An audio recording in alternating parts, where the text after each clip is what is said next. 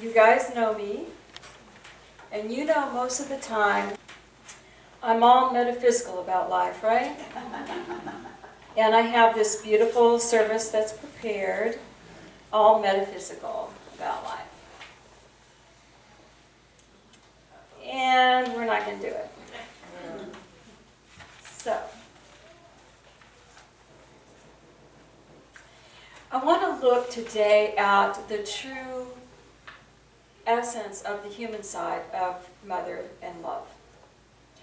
Have you ever wondered why when a child is born, the mother looks at that child and is in rapture with that baby? And if the child opens its eyes, they're thrilled. Oh my God, their eyes open. Do you remember that when you're holding it? I see their eyes, what color, it doesn't matter if they're open their eyes. They're moving, oh my God, we count their fingers and toes. And there is this love that is complete and deep, accepting. There are no expectations. You're not giving the child the list of all the things it must accomplish. It's this bond of love that goes beyond anything we can possibly reasonably understand. And it doesn't matter if that mother is going to keep that child or not. If she is allowed to hold that child, it's there. Because it's been in her body for 9 months. It's been a part of her. They've shared consciousness. They've shared thoughts. That baby listens to everything. Here's its dad. Here's its siblings. It's in awareness. And when it is born, there is a bond of pure, unconditional love. Whether it lasts the test of time doesn't matter. In that moment, it is pure. It is a glimmer of the love that God has for us. It's a glimmer of the love. And the mom holds that baby, not thinking about in 6 years I'm going to be slapping the floor, mad at it. I'm going to be upset with it. I'm going to have to punish it. And when it grows up, we're not going to get along at all. Those thoughts are not there. Because the personalities of the baby and the child may grow apart or may not be in harmony. But the love of their hearts and souls is. What they came to do may be different, but their hearts and souls are bonded in that moment when they give birth. Can you feel that energy? And it really doesn't matter what happens. You cannot carry a fetus to term if there's not love there. If there's not some sort of love and bond, the body will release it. Yes? So every person on this planet was brought here and loved when they came. No matter how long it lasted, you were loved when you got here.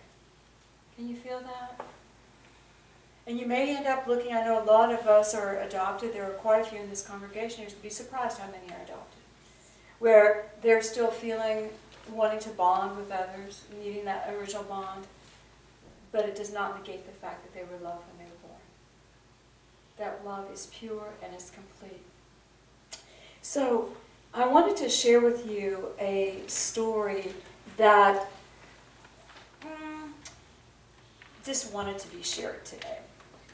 So, you know, our times have changed so very much. Do you realize how fast our times have changed? You know, I was looking at my mom when I was contemplating Mother's Day and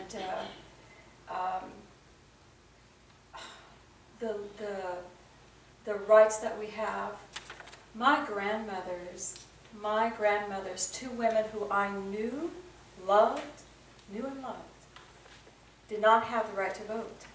Can you fathom that? They didn't have the right to vote. The right to vote wasn't given to women until 1920. They were grown and having children before they were given the right to vote. My mother was born in a generation, she was the first generation born into this country that had the right to vote.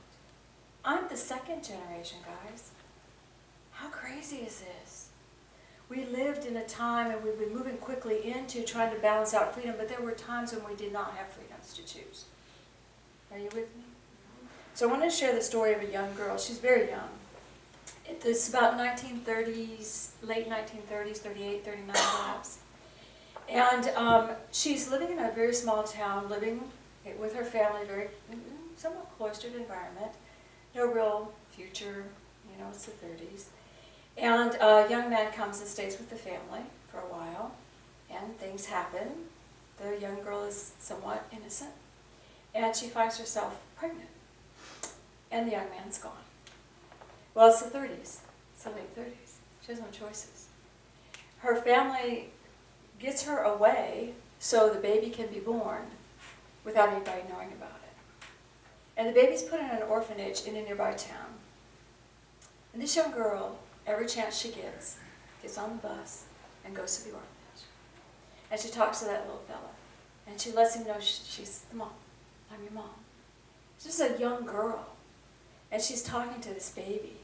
And she visits him as much as she possibly can. And she takes him little toys. And she takes him little clothes. And she does what she can for this child. Because our world wouldn't let her keep him. Do you understand? Our world would not let her keep him. And she got to see him, visit him, till he was about 2 years old. At this time, she had met a man who was wanting to marry her, who could not find out about this. It was the 30s.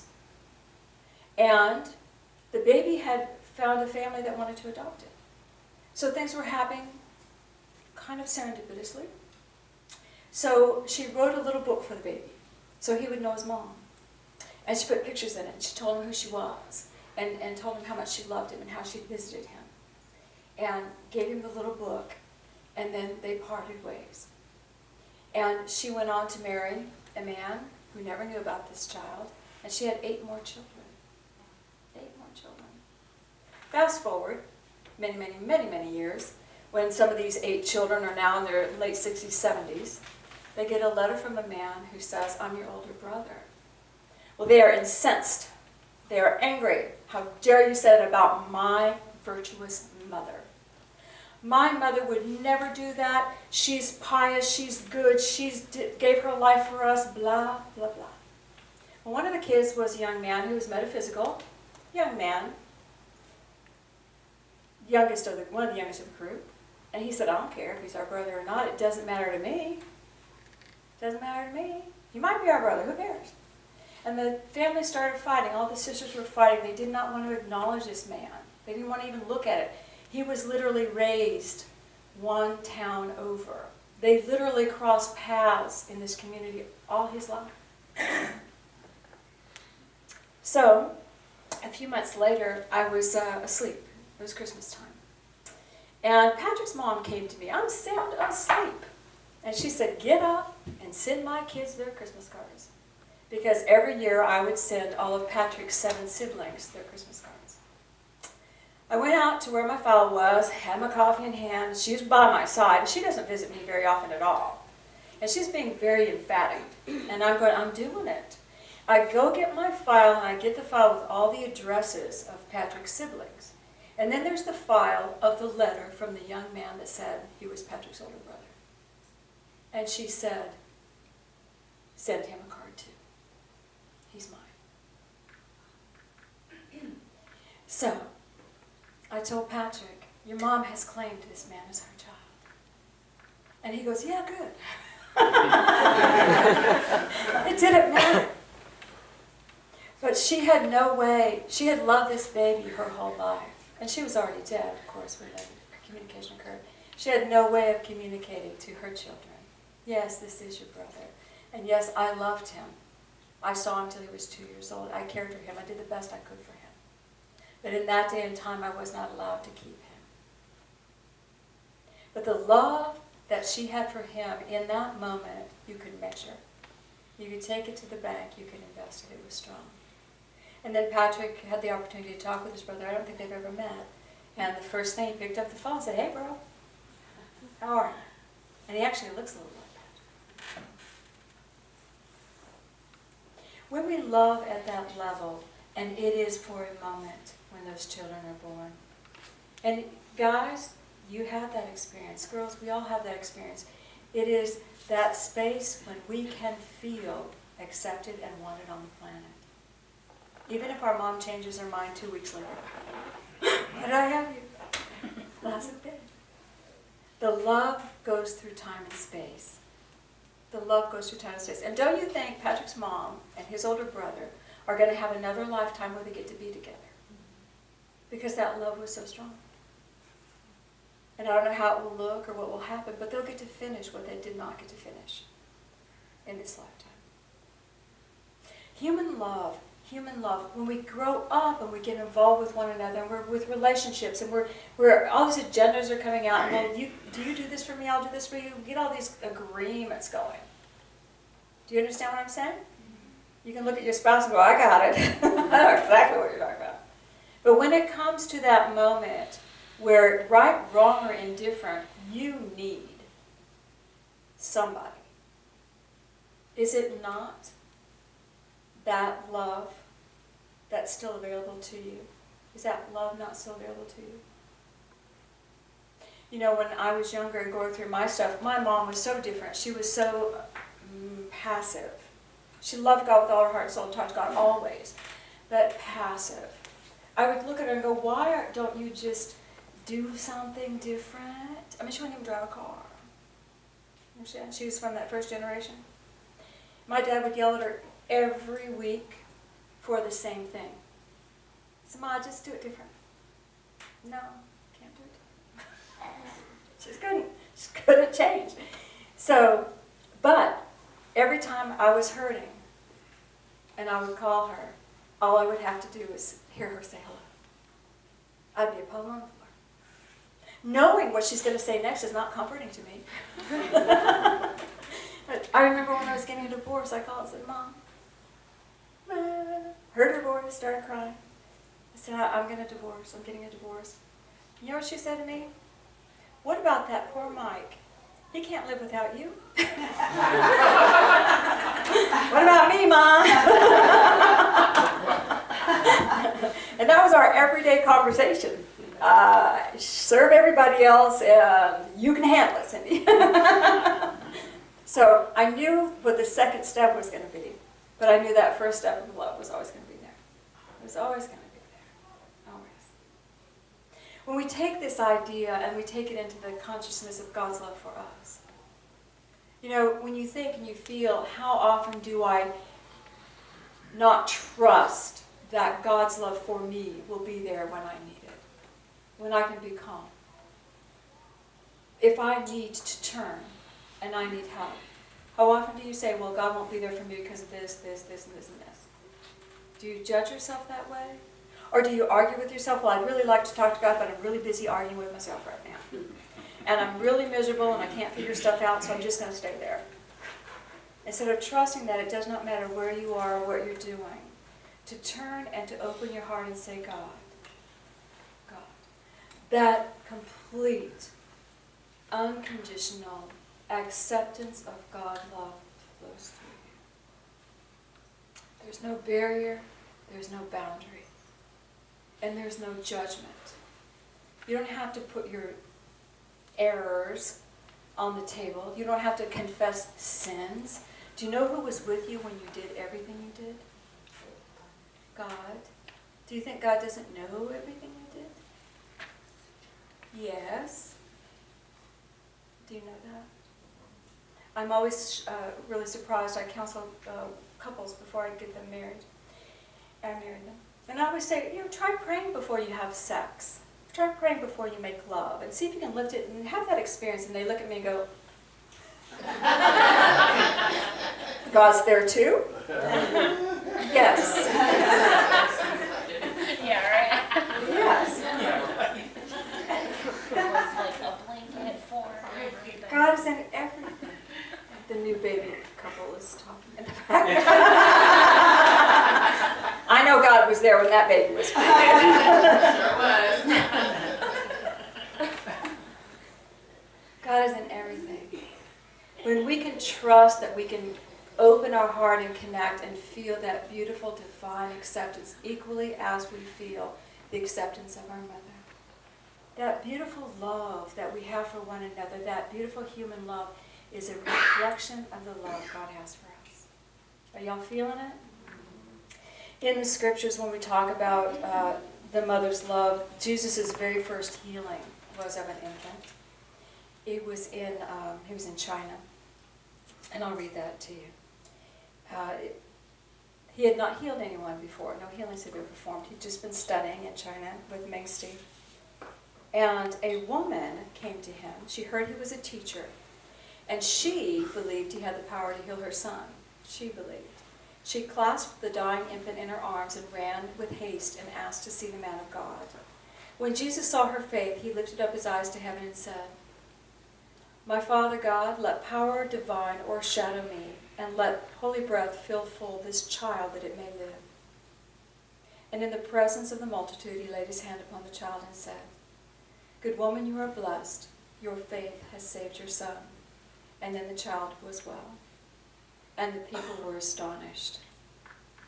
Surely this is the Holy One made flesh, for man alone cannot take away a fever. And then Jesus taught them. His first healing, a mom's faith. A mom's faith. And I'm not saying a dad's faith is not as powerful, guys.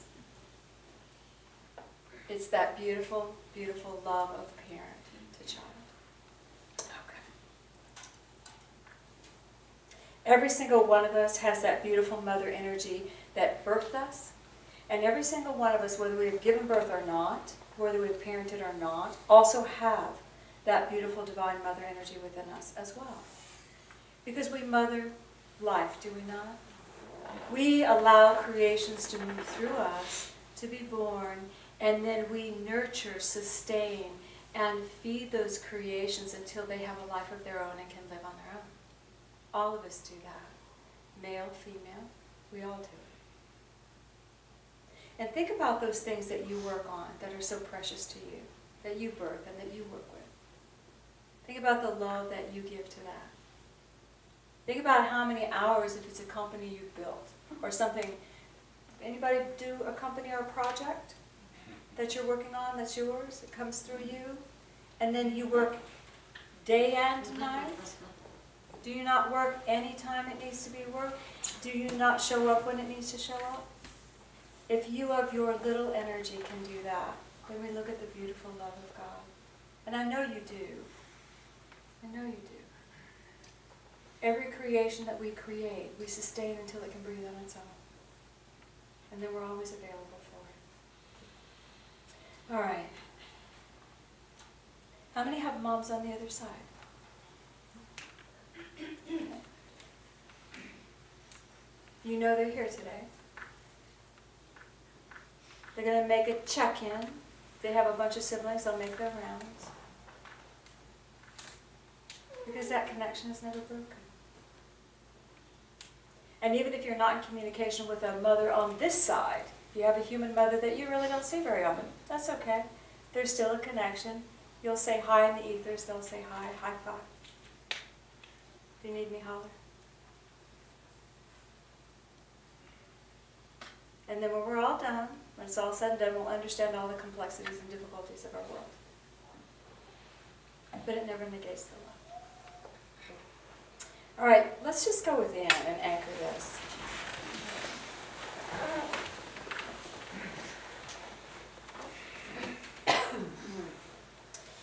See a beautiful light coming over you now. And God, we ask that your love enfold us. We ask to be lifted up into a beautiful space where we can find peace. And just imagine that column of light filled with a beautiful color of love. And just let yourself become lighter and lighter, lifting up. And as you lift up, the column of light expands into an open space. And you can just feel life. And in this space, just ask to feel God's love for you. God, our Father, our Mother, we ask to feel your love moving to us and through us. And just let it come to you.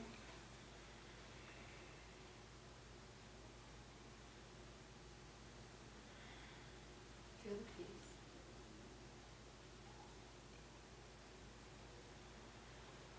And feel the deep acceptance.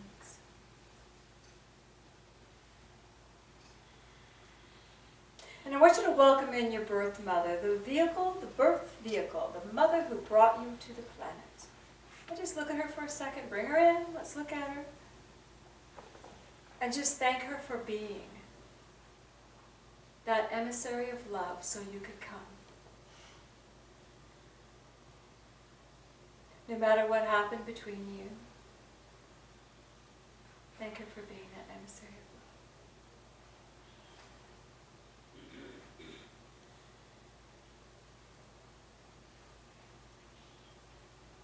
And become aware that she turns now to face the light. And become aware that she is a beloved child of God.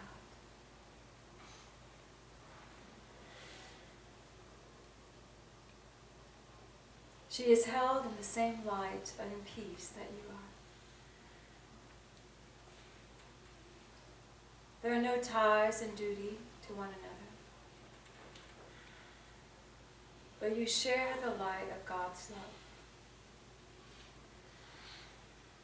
And very gently let her go now, sending her into God's care.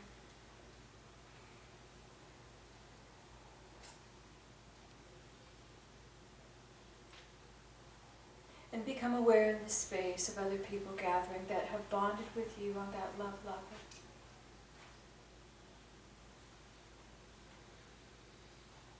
Maybe one or two people show up, maybe a great deal.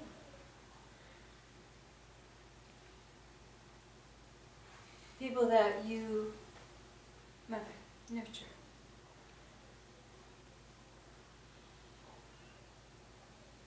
For some of you, there may be projects that show up now that you mother, nurture. Let those come forward as well.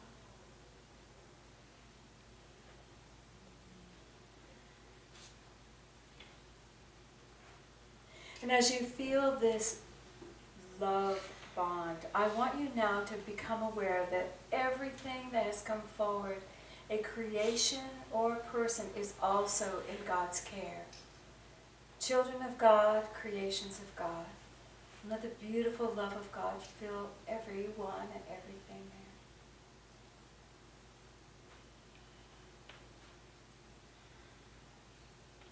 And let it go. See them all being swept up into the light of God.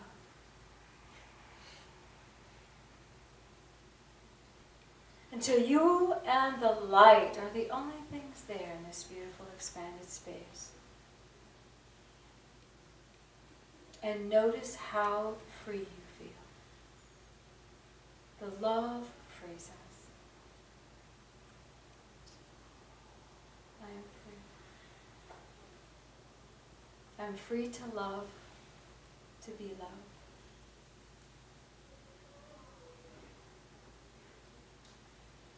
To receive. Take a breath and let yourself come back into the calm of life. Finding yourself gently coming back into your chair. Feel your feet on the floor.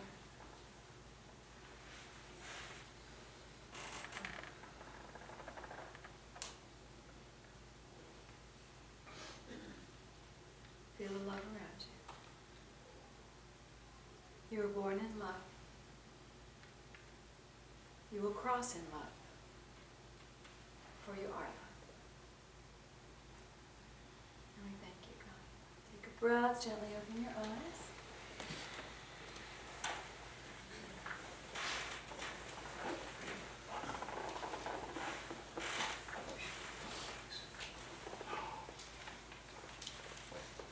Well, I hope you all go out celebrating life today, celebrating the beautiful love energy that we all reside in.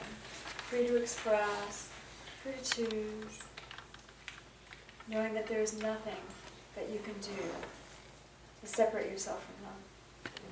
Say, go.